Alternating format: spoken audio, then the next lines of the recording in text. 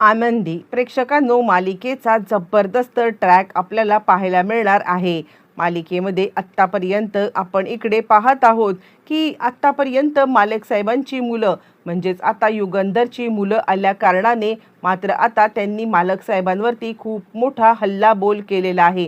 आणि त्याच वेळेला आनंदी मात्र आता मालक साहेबांना या सगळ्यामध्ये काहीही झालं तरी कोणत्याही प्रकारे आता त्रास होणार नाही याची खबरदारी घेत असं काहीतरी तिने आता केलेलं आहे की तिन्ही मुलं आपला सगळा रागरुसवा फुगवा विसरून मात्र आता लगेचच या सगळ्यामध्ये युगंधरच्या पायाशी आलेले आहेत। आनंदीने मात्र आता समिधाचा फोटो दाखवत असं काहीतरी महाभयंकर सत्याचा असा काहीतरी उलगडा केलेला आहे की त्यानंतर इकडे आत्तापर्यंत युगंधरचा राग करणारी ही सगळी मुलं युगंधरच्या पायाशी कशी आलेत आणि त्यांनी चक्क आनंदीचा कसा स्वीकार केलाय, सगळ्या गोष्टी आता या व्हिडिओमध्ये पाहायला मिळणार आहेत। नक्की काय घडलंय, कसं घडलंय, सविस्तरपणे पाहू। आज आता इकडे समिधाचं श्राद्ध आहे। समिधाच्या या श्राद्ध घालण्याच्या वेळेला मात्र आता युगंधरने सगळा आता इंतजाम केलेला आहे आणि त्यांनी या सगळ्यामध्ये काहीही झालं तरी शिर्केंना सांगितलेलं आहे जितकं काही शक्य आहे ना त्या ठिकाणी आज दानधर्म करायचा आहे। कोणत्याही परिस्थितीमध्ये मात्र आता या सगळ्यामध्ये हैगय व्हायला नको आहे। आणि असं म्हटल्यावरती मात्र आता लगेचच इकडे सांगायला लागतात शिर्के, मालक साहेब तुम्ही अजिबात काळजी करू नका, या सगळ्यामध्ये काहीही झालं ना तरी सुद्धा आम्ही इकडे सर्व ती काळजी करू आणि दरवर्षी जसं आता श्राद्ध घडतं ना तसं श्राद्ध दरवर्षी आपण आता घडवायचं आहे। कोणत्याही परिस्थितीमध्ये मात्र आता श्राद्धाच्या बाबतीत काही घडणार नाहीये ही तुम्ही काळजी घेतोय मी।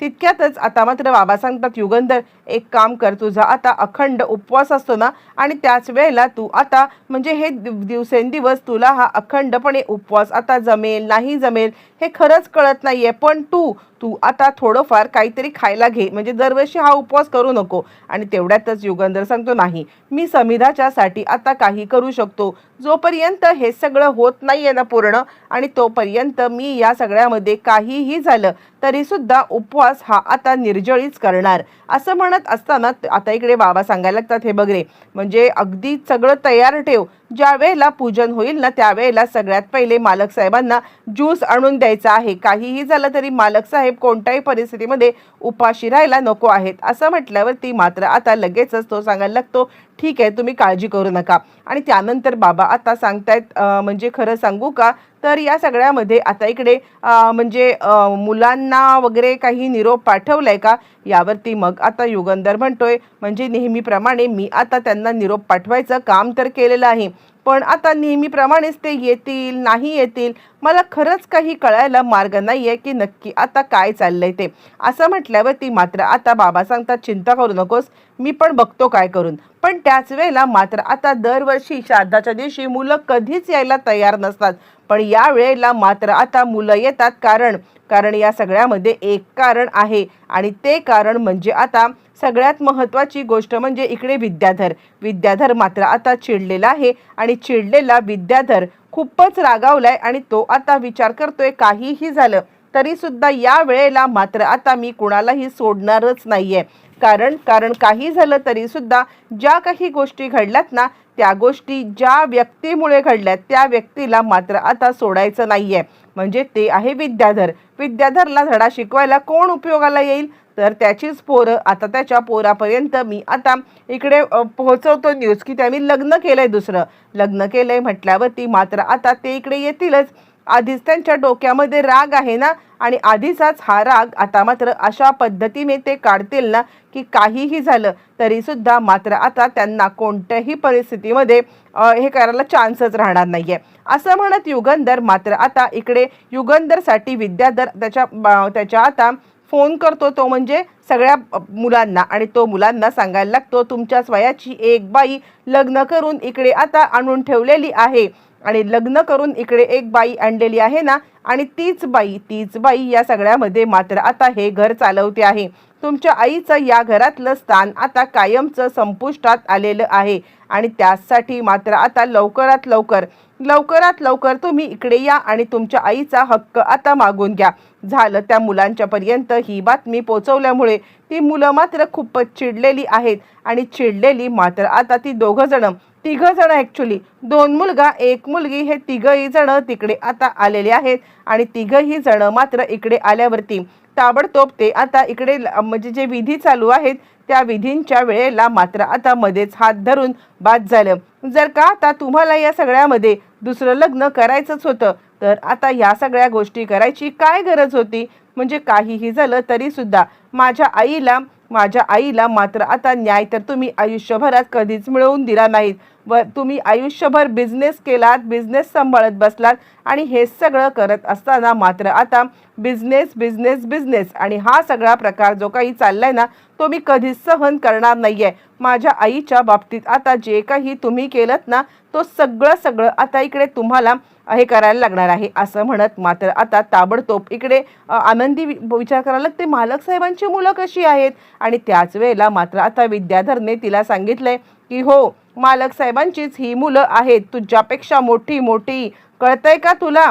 असं म्हटल्यावरती मात्र आता इकडे आनंदीला काहीच कळायला मार्ग नाहीये की हे आपल्यासोबत काय नक्की घडत आहे. आणि त्याच वेळेला मात्र आता लगेचच ती मुलं आलेली आहेत आणि का इतकी काय तुम्हाला हे धंदे सुचले होते की अशा बाईच्या सोबत तुम्ही आता लग्न केलं.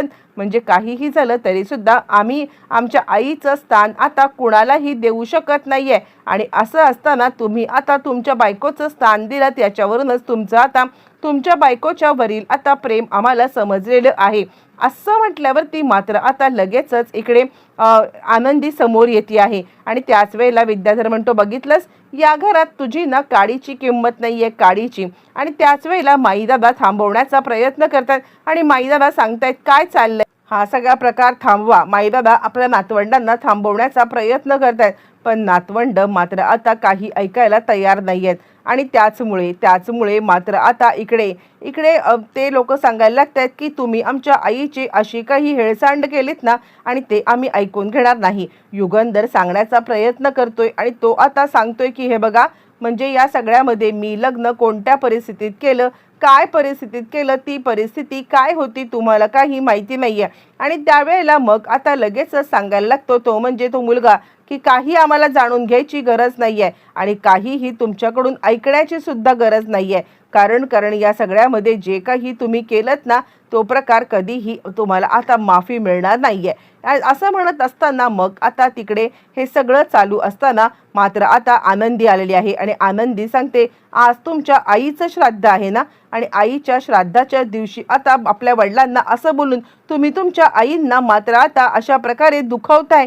असं म्हणत आनंदी सगळ्यांच्या समोर आलेली आहे आणि तिने फोटो हातामध्ये घेतलाय तो म्हणजे आणि त्यानंतर ती आता सांगायला लागते आज जर का इकडे आता त्या असत्या आणि आपल्या वडिलांना अशा प्रकारची आपली मुलं बोलतायत हे त्यांनी ऐकलं असतं त्यांना काय वाटलं असतं. यावरती ती मुलं म्हणतात हे बघ तू आमच्यामध्ये पडू नकोस. यावरती ती म्हणते नाही मी तर तुमच्यामध्ये अजिबात पडत नाहीये पण मला एकच प्रश्नाचं उत्तर पाहिजे आहे ते म्हणजे जर का आज तुमची आई असती आणि तुम्ही तुमच्या वडिलांना अशा पद्धतीने बोलत आहात अशा पद्धतीने वागत आहात हे जर का तिने पाहिलं असतं तर तिच्या जीवाला काय घरं पडली असती हे तुम्ही कल्पना तरी करू शकता. असं म्हणत आनंदीने तो फोटो हातात घेतलाय आणि मालक साहेब मला तुम्ही सांगा आज हा सगळ्या भांडणाचा प्रकार झाल्यावरती मात्र आता समिधा ताईंना चांगलं वाटलं असतं का. तुम्हाला कुणालाच कळत नाहीये की आज जे काही चाललंय समिधाताई इथे असत्या तर त्यांच्या काळजाला घरं पडली असती, त्यांना इतका त्रास झाला असता आणि त्यांनी या सगळ्यामध्ये मात्र आता जिवंतपणीच प्राण सोडले असते. असं म्हटल्यावरती ती मुलांच्याकडे आता वळते आणि मुलांच्याकडे वळल्यावरती ती आता सांगायला लागते काय चाललंय तुमचं. म्हणजे काहीही झालं तरी सुद्धा या सगळ्यामध्ये मात्र आता तुम्ही तुमच्या वडिलांना बोलताय. आईने हे सहन केलं नसतं आणि तुमच्या एक थोबाडीत पण दिली असते. कारण आता मालक साहेबांचं त्यांच्यावरती किती प्रेम होतं ना हे अख्खं दुनिया जाणते आणि माझं लग्न कोणत्या परिस्थितीत झालंय ते तुम्हाला सांगायची मला गरज वाटत नाहीये. कारण जी मुलं आपल्या वडिलांना ओळखू शकत नाहीयेत त्या मुलांच्या बाबतीत मालक साहेबांनी आज इतका बायकोच्या नावाने दान धर्म केलाय, ज्या वेळेला पूजेला बसायचं होतं तेव्हा सुद्धा यांचा फोटो घेऊन ते बसलेत. आणि अशा व्यक्तीला जर का आता तुम्ही हे इतकं सगळं बोलत असाल ना, मग मात्र तुमचं हे सगळं फुकट आहे, वागणं बोलणं सगळं फुकट आहे असं म्हणत आता इकडे आनंदीने सगळ्यांची कानउघडणी तर केलेली आहे. आणि त्याच्यातच त्या मुलांना मात्र आता या सगळ्यामध्ये मोठा धक्का बसलेला आहे. आणि त्यानंतर मग आता सगळेच जण मात्र घाबरलेत. काहीही झालं तरी सुद्धा आनंदीने बाप आणि लेकांच्या मधली ही तेढ संपवत त्यांना एकत्र आणलेला